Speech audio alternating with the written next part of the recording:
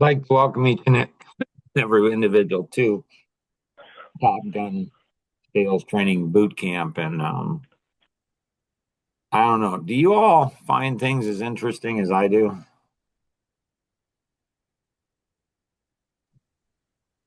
Sure. Like, I woke up this morning on fire. I mean, it was unbelievable. Just everything. Like at 3 o'clock, and my mind is racing, and I'm thinking box 12, and then I'm going back and forth, and I'm like, jeepers. I mean, this is so cool. So, Um, what happened, Nora? Well, that's why you gotta come early. I don't know what to tell you. Right. So, Nora, what you got for today?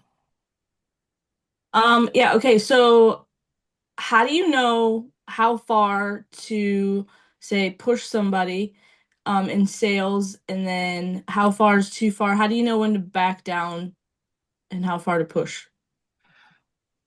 Most of it's experience. Some of it's understanding of personalities. And so some of it's understanding of personalities. And so with the driver and the expressive, you tend to be able to push them more. But you do have the spouse factor or business partner, other factors. And so so you got to be super aware of that. Tom Kuntz made an interesting observation about me a number of years ago. Oh, this one has a, you know, I don't think this one's been on his list. So he's like, Mark, it's fascinating to me. I've never seen anybody that's more careful, cautious, considerate of people than you on sharing things with people. He said, often what I've seen, Mark, is that like the person you're saying something to that's pretty hard, they're not the ones that get blown up or hurt. It's the people around. I'm like, interesting. So it's you got to consider the person, but then the people around them too. And this is where maybe this group will be able to go ahead and, you know, um, figure this out. Like, what's the difference between? And we have a number of people. Like I'm, a driver analytic driver, and Elaine is very similar to my personality, as is Nora. So you could have a woman that's the exact same personality as I am, and she has similar tendencies, but she's still a woman. I'm still a man. So there's some difference. And I've been working on that for decades. And so that's where there's instincts. There's instincts. And so often when you have to make money, you do. Because what that does is the pressure of making money causes you to become very focused. My guess is that there's probably in being a pilot, there's probably 2 points where you're most focused. Would that be fair to say? Yeah. Yeah. So taking off and landing,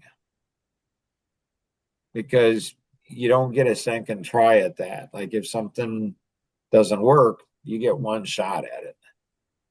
And so you become really focused at those 2 points. And then they somehow train you as a pilot as you're flying. You don't have to be as focused when you're flying. There's more room, you can make mistakes in the air, but you can get focused really fast when you're in the air. Like all of a sudden you went from, yeah, well, everything's good to, I mean, there's another plane, or I don't know, there's something else that's going on. And so in sales, it's like that. So it's instincts. You get an instinct of what you ought to do, and you build your instincts from trying things. So you, as a double analytic, you're going to tend to go ahead and wait too long to close the sale. You're not going to push hard enough based on your double analytic. You're going to typically talk yourself out of sales. The analytic will talk themselves out of sales. And so they talk too much, give too much information. They don't press hard enough. Same thing with the amiable. They don't press hard enough. But you have a double analytic as secondaries. And so as a double driver and expressive as secondaries. So if you're in this, the driver and the expressive, you're going to go ahead and close too quickly.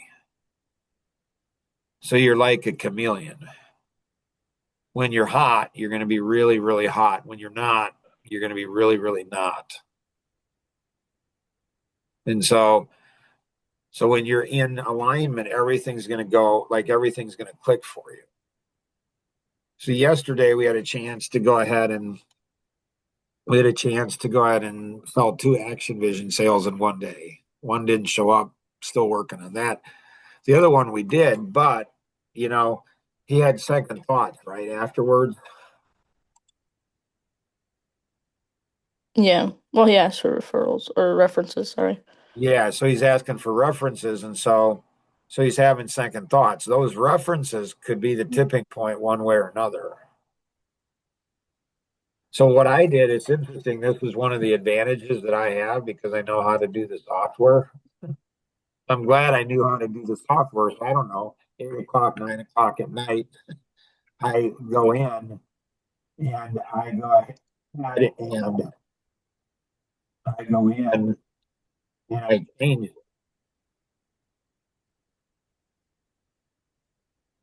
I mean, I don't know, 5, 10 minutes. It didn't take me long, but if I wouldn't have known how to do that, I wouldn't have been able to go. So I'm very thankful, that I invested the time to learn how to do that. So I gave him these sites. So what I did is in the past for years, this was at the top, these things. And I moved them all down to the bottom. So when this was designed, this is box. So this is box 12, which were designed from why prospects are lost.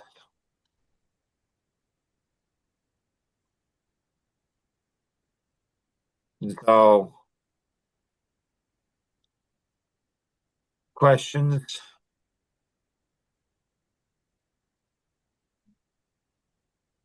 So if this gentleman, if he works with one of our clients and one of our references, is that a good thing or a bad thing?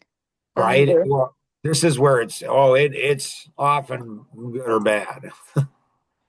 So what's strange is you can have if you can have if they're amiable or analytic, they might not be happy with you and you don't even know it. And so they'll give you a bad reference and they're subtle. Yeah, it's okay. It works okay. Or they can be an analytic and be happy with you and they're going to hurt you. You could have an expressive that's not entirely excited about you, but they can sell you.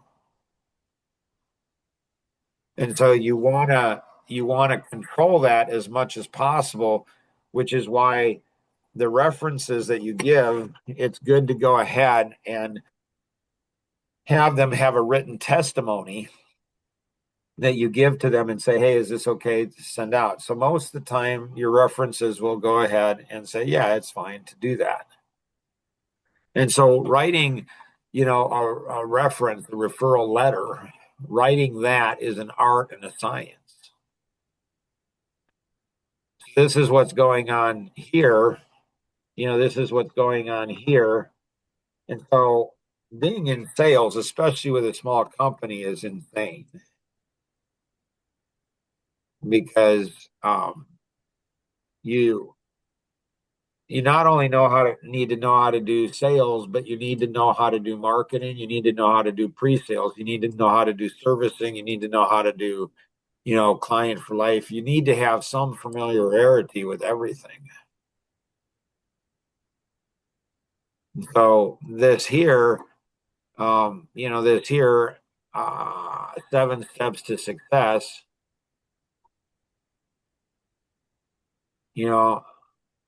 this, this goes in here. And when you go ahead and click on this, you get a video. And then you get each of the different personalities and a story based on them. And it's unfortunate because, David had some time. And so those poor boys, they're not, talking well. David had time to do stuff, but Adam, for whatever reason, but here, this is really cool. So you go in here in step 1, and then you go in here and you go boom. And this is a testimonial from, an analytic. Here you can go ahead and have a testimonial from, an expressive. So you have 7 steps, and there's 4 testimonies in each of these steps. So there's 28 testimonies that were written specifically to move somebody from step 1 to step 2 to step 3 to step 4. And then there's videos here that move people.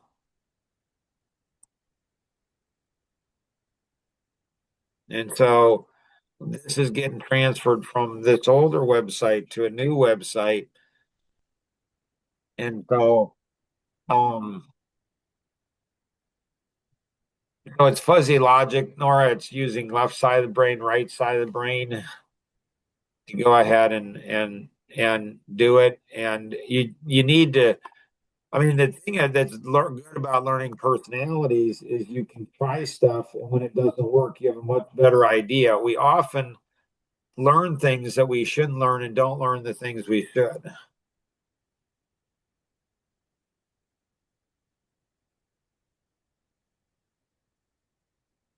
Questions? No, I don't think so. Luke, are you on?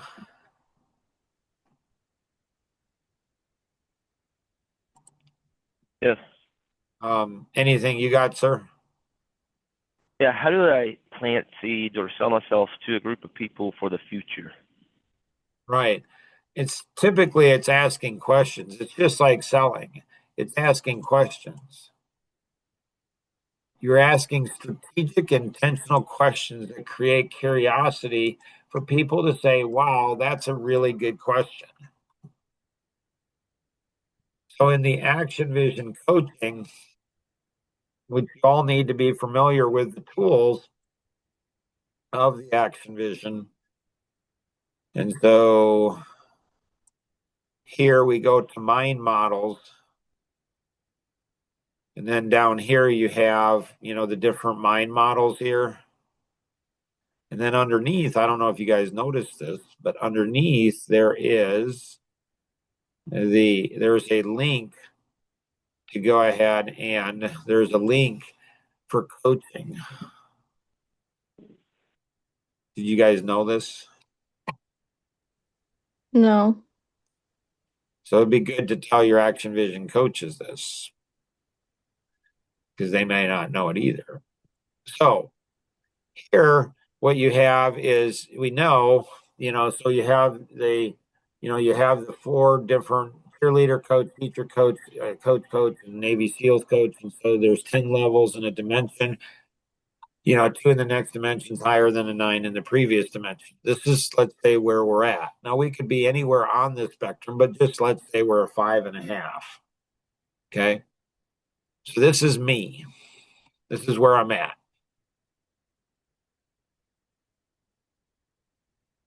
This is a sweet spot. This feels good. When you ask a question, so we know that if somebody says that's a great question 3 times or more, they'll buy, anything from you. That's the rule. It's not always true. It's not 100%, but I literally have had people come up to me in networking. They don't know me. I don't know them. 3 minutes. And they're like, Mark, I had one guy that said, Mark, I don't know what you do. I don't know what your business is. I don't know. I just want to buy whatever you have. Literally. And so questions seduce people, entice people, create curiosity, draw people to you. But the question needs to be absolutely precise. And when somebody says, that's a great question, you've nailed it. It's right outside. People don't say that's a great question intentionally. It's subconscious. It's a subconscious response. Like when you throw a ball at somebody, they don't think, I'm going to move my hand up to go ahead and deflect the ball. They don't think that. They just move the ball. They just move their hand to protect the ball. When somebody says that's a great question, they're not thinking that. It's a response, it's a reflex. So they're looking for something on a subconscious basis typically, and they say that's a great question. So when you get into sales, you'll start to learn. So when somebody says that's a great question, you want to learn, okay, I need to ask that question more. But everybody won't say it's a great question, depending on where somebody's at. So if you were at a 7, it would no longer be a great question. If you were at a 3, it would be too high of a question. So you can ask a better question, but if they're not ready for it. So it's where someone's looking for the answers. This is the hard zone. This is the zone I travel in. This is why, if you're ever around me and somebody gets ticked about a question I ask, these are questions people don't want to answer typically. You don't go ahead and ask these questions if you want to sell. But is it Rick? Like that was pretty interesting. Like I was pretty hard. I interrupted him a lot. But he seemed to be fine with it, which is interesting. This is going to be life zone. This is often where life takes us. This is the blackout zone. This is like hitting the runner's wall. So we get stuck. We feel like quitting. We often give up and do not make the breakthrough when the 9Ds to destruction kick in. Why? Because people either say things that we do not want to hear and or ask questions we don't like. So this goes ahead, and so you kind of look at these different pieces and you look at the different personalities. And so we know that people are motivated based on psychology. They're motivated on 2 things: avoiding pain, gaining pleasure. People will do more to avoid pain than gain pleasure. That's why you almost always ask, if anybody, or you always ask, what's your biggest challenge in any area of your life? That's revealing pain. If anybody could help you in any area of your life, that's typically the second question. That's looking often for pleasure, but it's not always. They can answer something else. That's why if you're talking with somebody very affluent or influential, somebody who has a lot of money or somebody who has a lot of power, you often ask them the second question first. So if anybody could help you in any area of your, business, ministry, life, whatever, like what would you love help on? So those are very different questions. And so the order of the questions you ask is also important. So what you want to be really careful of, Luke, is you want to be really, really, really careful is you want to be careful of your ego.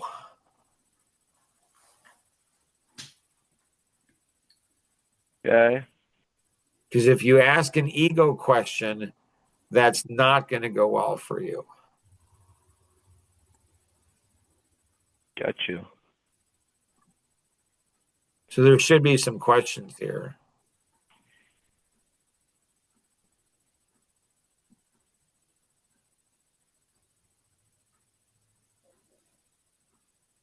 Nothing?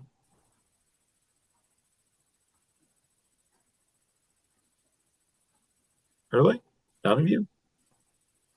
What's a ego question? What does that sound Right? like? Right? What's an ego question? An ego question is asking a question that is designed to impress people, make you look good.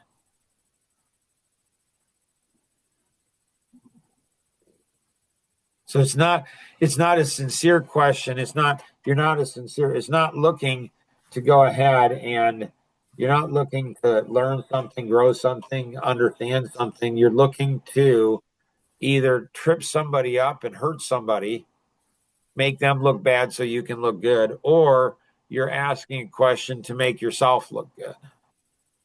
Especially with women, they will pick this up subconsciously with men and they won't like it.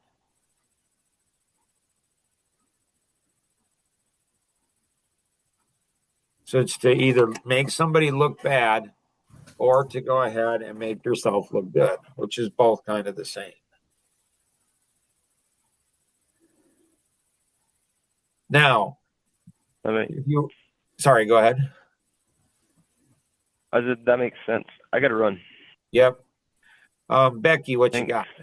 Yep. Not really nothing. So you always have something, right? Yeah, but I was gonna ask the Eagle question and then that got answered. So the two questions is you're always asking something about calls you're making or calls you're not making. So if you're not making calls, so you're a young woman, you have 4 kids, and so your natural instinct is to probably say Mark doesn't understand my situation. He doesn't understand what it's like to be a woman watching kids, and so he doesn't understand me. That's the natural. I'm not saying that's what you're thinking. I'm just saying that's natural for a woman to think that. So they No, I think didn't think that. I can't help them. Mark can't help me. Well, you're right. If you think I can't help you, because Henry Ford said, if you believe a thing to be true or believe it not, either way, you're right. So if you believe I can't help you with that, I can't. But it's not for the reasons you think. It's because you don't think I can help you. So you should always have questions on these. On the Top Gun, you should always have questions about calls that you've made the previous day or that you're going to be making today. Ideally, what you've made in the past, that's first priority. How can you learn? How can you do it better? What did you learn? What's that? Or the calls you're making today. Or if you're not making calls, if you didn't make any calls yesterday, how do you go ahead and restructure your life? How do you go ahead and make things, how do you make things happen? Right. Make sense? Yeah, but do you call people on Christmas Day if most everything's closed? Well, and that's a great question. So, business owners, you're going to get less of a percentage of pickups. So there's going to be, let's say you get 30% pickups on, a regular day. So 3 out of 10 are going to go ahead and pick up on, let's say on a regular day. You might get 1 out of 20 on Christmas. But you can leave messages. You can leave messages. And that 1 will be better than the 6 often, because that, if somebody's working on a Christmas, most people think they're a workaholic. They're probably not. I mean, they might not like their wife or kids. More likely, though, they're trying to survive. And they're the only ones working. And so if you're working when they're working, that will connect. There can be a downside of it, especially in religious communities like the Amish community, like you're working on Christmas. But if you call them and wished them a Merry Christmas and said, "Hey, I'm sending you a gift that I hope will help your business, finish up strong this year and have better year next year." If you're sending them a gift and you're wishing them a Merry Christmas, well, I would think theoretically it could still be bad, but I would think that would be something that would be like very impressive. So you're not doing it, you're not working on Christmas. What you're doing is you're spreading good cheer, you're seeking, you're helping them, you're doing that kind of stuff. So it's a different type of call. That doesn't mean you can't sell on a Christmas. I typically will work before the kids and my wife get up, always have. Like I'm working in before they get up, and often after they go to bed on a holiday. Even now when I don't have to, but earlier on, years ago, I had to, just to keep the doors open, just to do it. I had to do it, and I did it. So you can get through gatekeepers. Does that help? Yeah, so all the books that I sent out yesterday, I should call them today and wish them a Merry Christmas. Again, if you do it carefully, I would say yes. And then, then, sorry, go ahead. And then just tell them that I have a gift sent out for them, or Yeah, that. so you go ahead and say, this is Becky with, Coffee Connection. And, we wanted to send you out. So, as a woman, there's caution that you have. There's caution that you have because men might, think you like them, you're interested in them. And their wives might think you're a threat to them.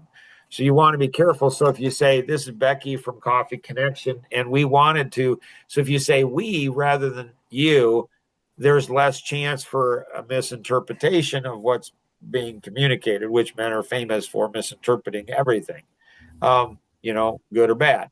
And so, yeah, if you're careful with something like that, you should be able to do that. Yep. Okay. Okay. Now, so are you both of you? Well, let's swing to Kenny and then we'll swing back. Kenny, what you got? Just one. I was going to send out an email to all the customers, clients of Dreamscape, for the holidays, and then trying to structure that thing so it's, it's wish them a Merry Christmas, but then also promotion, or see if I can't bring any old jobs, old estimates out there back around. Yeah. So what you often do is you do that on a PS. Almost always a PS. There's no such thing as a PSS. It's a PS, P period, S period. It's a postscript. And so you almost always use, because it's all by the way. So you do, and you can do a number of different things. You can say, we'd like to see, we saw a 270% increase in our business this year. We want to thank you all. We all want to thank you all. You're the reason we're seeing so much success, and we appreciate that. If you have any projects coming up, let us know, or referrals. So what you do, and you might, if you want to thank them in the body, you can thank them in the body, but the PS is kind of an afterthought. You're like, oh, by the way, if you know of anybody to refer, and that's where you use that scripting that's there, successful people. So again, it's kind of like it's a art and a science. It's kind of like a flow. It's kind of like Nora was asking about before, where, what's the audience, so identify targets, so who are you sending to? And then, what's the best message to communicate that in the best way and being able to go through it. In an ideal world, you're building this system. So in an ideal world, you're building a system. You have a text document, table of contents you're going through. And if you send me that direct link on your first draft, I may make some tweaks on it. Or I might have Mark's version. If they're significantly different, yours might be better because you're in the trenches, you know the people. So it might be your version and my version. You might go with yours, you might go with mine, you might go with some combination between, but you're building that system for the future. So next year or next holiday, you have something in place that somebody else can do that for you. So I'm always trying to go ahead and invest 10 to 20% more time into doing something that puts it into a system that costs me time now, but saves me time in the future. Make sense? Yep, that makes sense. Cool. Anything else, Kenny, you got? I do not. So Becky and Nora, in sales, a lot of success comes from attentiveness.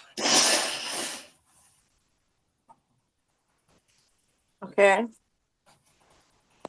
So we can learn attentiveness, not selling. We can just learn attentiveness by being more attentive on a daily basis. Okay. And so women love when men are attentive to them, paying attention to them. Kids love that too. Men, maybe not so much. I'm not saying because they're doing something wrong, so they don't want you to see it. I'm not saying that. I'm not saying that. But women and children love attentiveness. And so Nora was saying something about delegation. And so I saw something yesterday on delegation. Do either of you know what it was?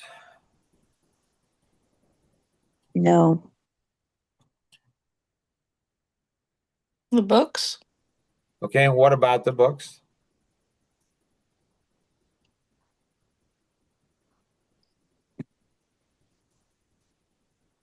Delegating that part to Becky. What's that? Delegating that part to Becky and having her Yeah. do. Nice. And what can Becky do in delegation? Have her kids help with the tabs and stuff. Yeah. Or her husband. Oh, I will put him to work today. Yeah. So what you do is you look at it. Now, when you do the tabs, it's good to be analytic on the tabs.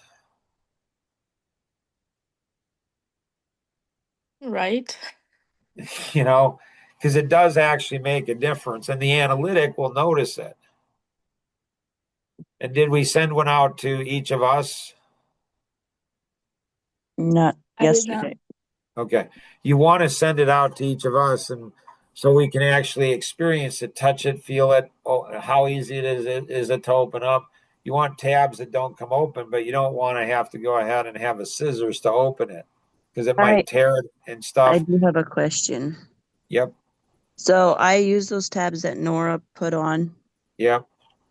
and by the time I had all the tabs put on and then went back and addressed them all, the tabs were opening up. Yeah. How do I fix that? Or what do I do? You might go ahead and use your fingernails, and that might do it. You know, you might take a look at different tabs. Well, I went and tried to get tabs. They didn't have the ones that Nora had. And Lynn's like, why wouldn't just clear tape work? Like Scotch tape. Yeah, and Scotch tape can be hard to open, really hard, and it can rip it and stuff like that. It doesn't typically look as good, but that's why how many did you send out yesterday? 33. Good for you. You go, girl. Well done. Nice. And then what's the most important piece? Follow up. Yeah, good. Way to go, girls. Yeah, that's exact. The follow up, just to be relentless with it. You've given them a booklet. It's like a book that's for color. So it's really cool. There's a lot in there. It's overwhelmed, but in a good way, but you might have to explain why it's in a good way. And so experimenting and sending it out to different people so people get to have the experience of what it is and they can give you suggestions and aware of it. So yeah, you might need to play with different things. I love that you didn't wait for perfect. You didn't get stuck in doing the ideal and end up doing nothing. So in the future, we could have gotten out in front of that, created a couple books and just sent it out. Why didn't I think of that? Why didn't I give direction to do that? You did. Okay. I thought I didn't. And so I was going to say, because I'm a pathetic leader. I mean, I didn't honestly remember. I mean, kind of, I could have done better at doing that and made sure like this has to go out to test it. But we just learn those things. You just look and say, okay, you want to test it. You want to touch it, feel it, look at it. You want to experience the whole experience to get it down. And it's life. It is what it is. And so anything else that any of you have? No. So did you guys get over to David and Adam the one thing for week 1? Well, I did I did a whole notes from the previous week. Okay. I had already sent that over Friday, I think it was, or Saturday. So, as Kenny found out, we need to do some development you know, we need to do some development. I got so frustrated with, employees when we had 20 employees, 22 employees. I got so frustrated with adults that were employees from America that I just eventually just said, you know what, I'm going to have my 9-year-old do your job. I mean, I was not a happy camper. And so, yeah, so you've got unfortunately, and again, you can work with Becky now. She's got some teeth. She's able to go ahead and make them write things. She's able to, if they don't go ahead and respond, she's able to influence their compensation. Can I So you treat just them like wanna- my kids? What's that? Can I treat them like my kids? You can tell them that. I mean, you ideally, there's enough of a relationship with me or Kenny or Nora or other people where they won't just quit on you. Like they're just done. You don't want to do that. So you can act confused and say, like, yeah, so yes, I think you can. You just want to be cautious. If you have to replace them and either do their work for them, learn how to do their work for them, or you have to find somebody else and get them up to speed. So theoretically, I have enough of a relationship with all of them where none of them are going to quit because you're too hard on them. The other advantage you both have, Nora and Becky have, is that you're women. And so men, they have a hard time coming back to me and saying, a woman's beating me up. She's mistreating me. She's too hard on me. Like men have a hard time doing that. So you can get away with being pretty rough on them. So there's an art and a science to doing it. So, all right. Awesome. Hopefully this is helpful to everybody.